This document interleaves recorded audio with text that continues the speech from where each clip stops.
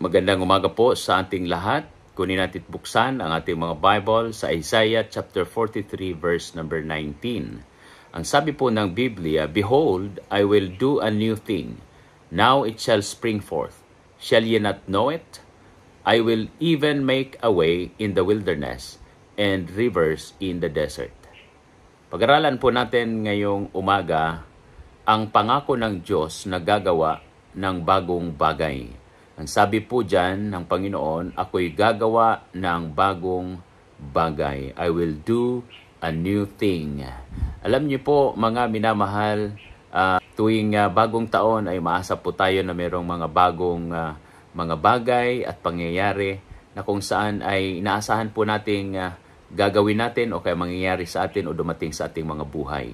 Subalit, purihin ang Panginoon sapagkat sa kanyang salita ay makikita natin mismo dito sa ating talata na ang ating Diyos ay nangako na siya ay gagawa ng bagong bagay. May banal na binhi ng pag-asa sa mga salitang ito. Ito po ay pangako ng Diyos at makikita po natin dyan na sinasabi ng Diyos sa atin na gagawa siya ng bagong bagay. Sa katunayan, sinabi niya ang kanyang intensyon sa mga tuntunin ng isang pangako. At mababasa po natin dyan sa verse number 18 na nangako ang Diyos na hihigitan niya o lalampasan niya ang mga bagay na nakaraan. At gayon din, kung babasahin niyo po ang mga preceding verses, lalo na mula sa verse number 3, mapapansin po natin na mayroon ng mga ginawa ang Panginoon at nangako siya na hihigitan niya pa ang kanyang mga ginawa na nung mga nakaraan. Ipinapaalala ng Diyos sa kanila, sa children of Israel, ang kanyang ginawa na sa mga nakalipas sa kanilang mga buhay. Ang gawain ng Panginoon, ang pagpapalaya sa kanila, na sila ay inilabas ng Panginoon mula sa Ehipto, na kung saan sila ay iningatan ng Panginoon maging sa disyerto.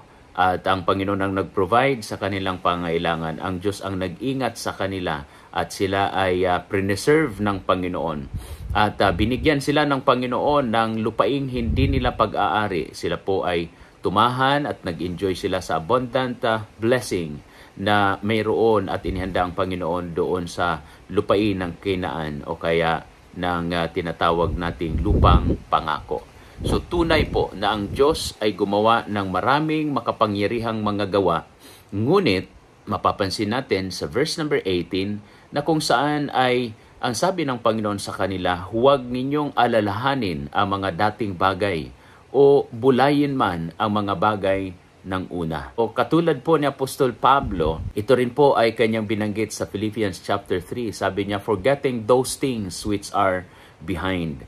Ang nais ng Panginoon ay wag po tayong mabuhay sa nakaraan. Kung ito man ay past failures o kaya marahil success, ay hindi tayo dapat manatili doon. Kundi bagkus ay yun po dapat ay nag-build ng ating pananampalataya, lalo na kung paanong ang Diyos ay meron ng ginawa sa atin, ay lalo pa na magtiwala tayo sa Kanya na ngayong taong ito ay meron siyang bagong mga bagay na gagawin sa atin. So, nangako ang Diyos na babaguhin ang mga bagay na kasalukuyan. Ibig sabihin nito kung mayroon kang mga bagay na kung saan ay inaasahan mong magbago o kaya gagawin ng Panginoon, ay makakaasa ka sapagkat ito po ay kabilang sa kanyang pangako.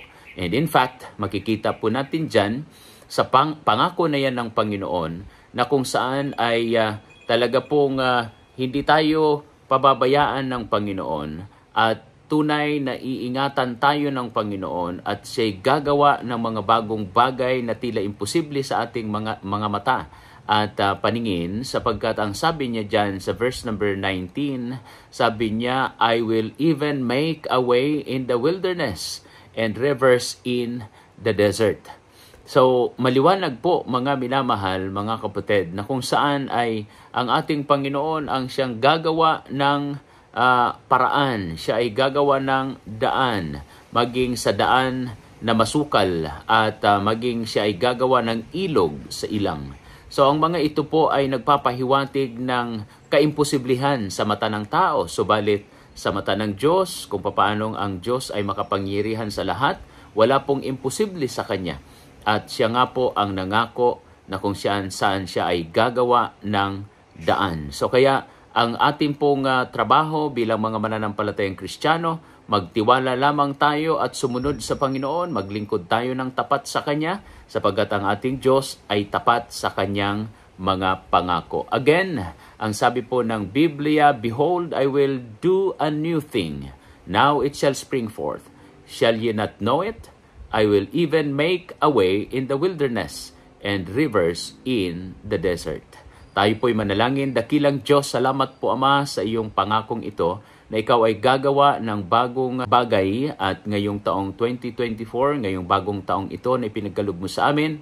Kami po Panginoon ay natutuwa sa iyo pong pangakong ito sapagkat tunay Panginoon, ikaw ang Diyos na maasahan at tapat sa iyong mga pangako. Kaya excited po kami Panginoon na kami po ay magtiwala at susunod sa iyong kalooban sapagkat ang pangakong mong ito Panginoon ay tunay at totoo na ito'y mangyayari at iyong gagawin sa iyong mga lingkod na kung saan ay umaasa lamang sa iyo. Kaya salamat po Panginoon, pagpalain po kami, ingatan mo kami sa araw na ito sapagkat ang lahat ng ito ay aming samot dalangin sa tanging pangalan ng Panginoong Jesus. Amen at amen.